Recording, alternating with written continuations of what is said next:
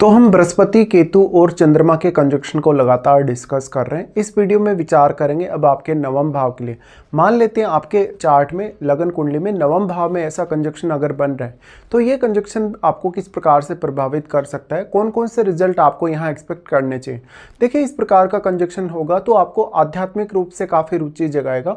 आपको धार्मिक पुस्तकें पढ़ने या आध्यात्मिक रूप से ज्ञान प्राप्त करने के लिए ये काफ़ी बेस्ट कंजक्शन है। बट ये भौतिकवादी कंजक्शन उतना नहीं है, तो आपको हो सकता है आर्थिक रूप से कुछ चुनौतियां आए लाइफ में।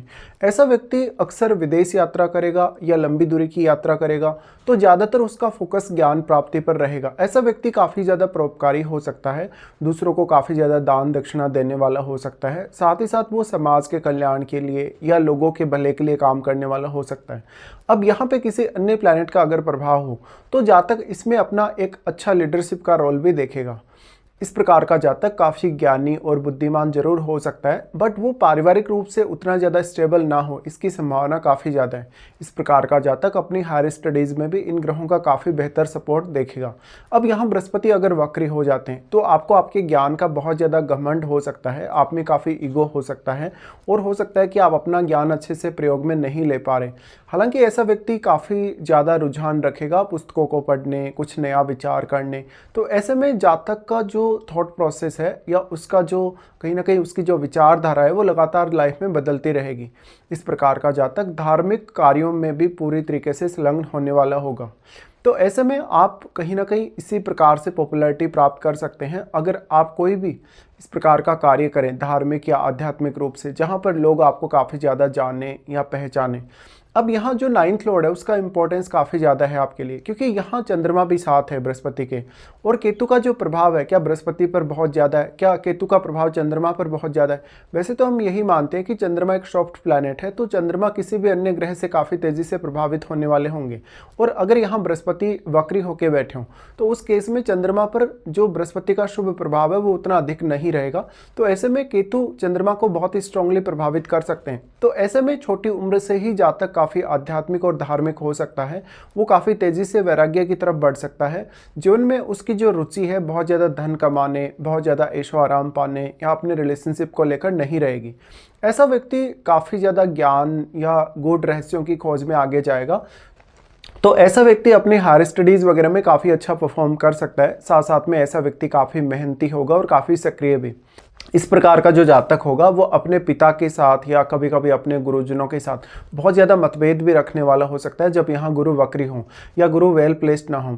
देखिए, गुरु अगर वक्री होंगे उस केस में जातक को ऐसा नहीं कि ज्ञान नहीं होगा, जातक को ज्ञान होगा, बट वो उस ज्ञान का कहीं ना कहीं बहुत ज़्यादा भ्रम फैलाएगा या वो सही तरीके से ज्ञान को लोगों के सामने नहीं रखेगा, वो अपने अनुभवों को सही तरीके से शेयर नहीं कर पाएगा। इस प्रकार के जातकों के अक्सर विदेश से कुछ कनेक्शन होने या विदेश में उनके बसने की संभावना काफ़ी प्रबल होती है।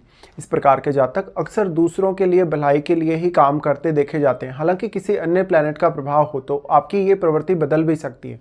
यहाँ पे अगर हम फिर बृहस्पतियों की दृष्टियों के हिसाब से विचार करें तो बृहस्पति आपके लगन को ही एस्पेक्ट करते हैं। तो बृहस्पति अगर वक्री ना हो तो आप काफ़ी बुद्धिमान होंगे, काफ़ी विद्वान होंगे। ऐसा व्यक्ति अगर अपने कैरियर के हिसाब से देखें तो कैरियर में भी वो काफ़ी राइज कर सकता है, क्योंकि वो अपने बढ़े हुए ज्ञान की वजह से सब कुछ करने में सक्षम होगा। लेकिन ऐसा व्यक्ति दूसरों को काफ़ी ज़्यादा अच्छे से इंस्पायर कर सकता है। आपकी पर्सनैलिटी काफ़ी अच्छी हो सकती है, जीवन में जीने का जो नज़रिया आपका काफ़ी पॉजिटिव हो सकता है।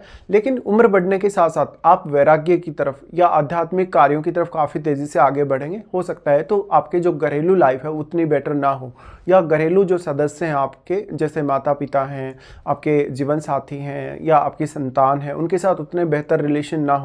तो कुछ हद तक यहाँ मतभेद भी सामने आते हैं जब भी पारिवारिक रिलेशनशिप की बात करते हैं। अब लगन में बैठा हुआ प्लैनेट भी आपके लिए उतना ही ज़्यादा इंपॉर्टेंट होगा, क्योंकि बृहस्पति का प्रभाव लगन पर होने से लगन में बैठा हुआ प्लैनेट भी बृहस्पति से प्रभावित होगा। बट आपका बृहस्पति अगर यहाँ पे वक्री हो और वक्री होकर अगर ये वो दृष्टि डाल रहे हैं तो हो सकता है आपको उतना ज़्यादा साथ ना मिले यहाँ बृहस्पति का। फिर आपको खुद ही ज़्यादा से ज़्यादा प्रेरणा प्राप्त करनी होगी और ज़्यादा से ज़्यादा खुद ही आपको एफर्ट भी करने होंगे। यहाँ जो 3rd हाउस में अब राहु स्थित है वो आपको ज़्यादा से ज़्यादा सपोर्ट कर रहा है। और जो लगन में आपके प्लैनेट बैठा है वो किस प्रकार का प्लैनेट है, गुरु के साथ अगर उसका संबंध काफ़ी अच्छा होगा तो गुरु का यहाँ प्रभाव भी अच्छा होने के चांसेस होंगे। इसके साथ साथ आपका लगन कौन सा है वास्तव में, तो बृहस्पति का उसके बाद जो प्रभाव पड़ रहा है वो राहु पे पड़ रहा है, तो बृहस्पति के प्रभाव की वजह से राहु के रिजल्ट काफ़ी बेटर हो सकते हैं। लेकिन यहाँ अगर बृहस्पति वक्री हो तो बृहस्पति का उतना ज़्यादा आपको प्रभाव देखने को नहीं मिलेगा राहु पर। और वैसे भी केतु के साथ यहाँ बृहस्पति हैं तो केतु अपने में ही सारी इनकी एनर्जी जो है समाहित कर रहे हैं। ऐसे में आपको फिर मानसिक तौर पर बहुत ज़्यादा मजबूत बनना पड़ेगा, क्योंकि कभी कभी ये जो कंजक्शन बन रहा है चंद्रमा और केतु का यहाँ पे, वो आपको काफ़ी कंफ्यूज कर सकता है, काफ़ी भ्रम में डाल सकता है या जीवन से पूर्णतया डिटेच कर सकता है। कभी कभी काफ़ी नेगेटिव थॉट्स भी दे सकता है जब बृहस्पति यहाँ वेल प्लेस्ड ना हो या बृहस्पति वक्री हो। तो इस हिसाब से आपको ये कंजक्शन काफ़ी मेहनती बनाता है, काफ़ी सक्रिय बनाता है। साथ साथ में आप कभी भी अपने फैसले जब एक बार ले लें तो बार बार फैसलों को बदलें नहीं, क्योंकि जितनी बार भी आप अपने फैसले बदलेंगे उतना ही ज़्यादा आपका एफर्ट बढ़ता जाएगा, आपकी हार्डवर्क की आपकी मेहनत उतनी ही ज़्यादा बढ़ती जाएगी।